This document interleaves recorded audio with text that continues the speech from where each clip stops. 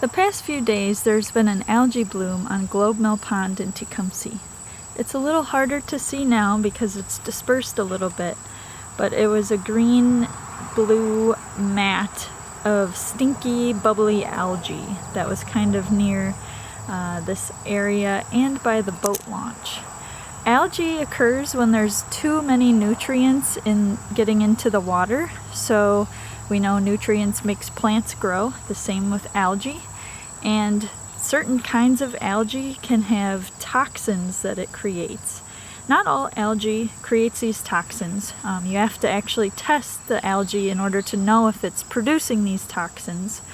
But whenever you see an algae bloom, it's always best to not swim in it or go boating in it or just be around the water because it can possibly have those toxins.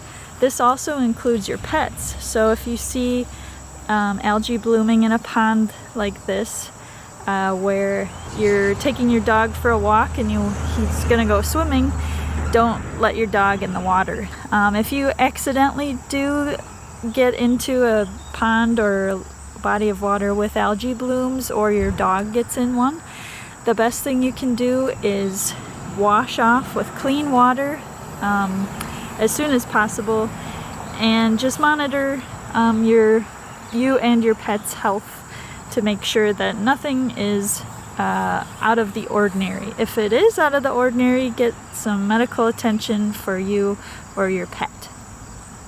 Now, algae blooms, we know, can affect our health and our pets' health, but it also affects local economies too. Here is the Tecumseh Paddling Company, but they have had to close for the past couple of days because of the algae. They want to be safe and smart for their customers, so they decided to close up shop so that they can stay safe.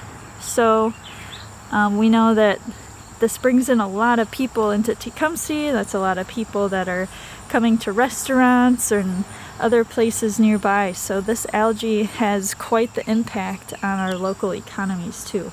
So what can we do about this algae? Well, the reason that it's here, like I said before, is because of the excess of nutrients getting into the water. So some easy things if you're a landowner is you can pick up your dog poop.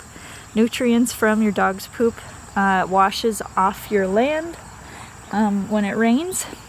So just picking it up and putting it in a garbage in a bag is one way to do it, especially when you're out on a walk with your dog. Always pick up after your dog. Another thing is responsible use of fertilizer.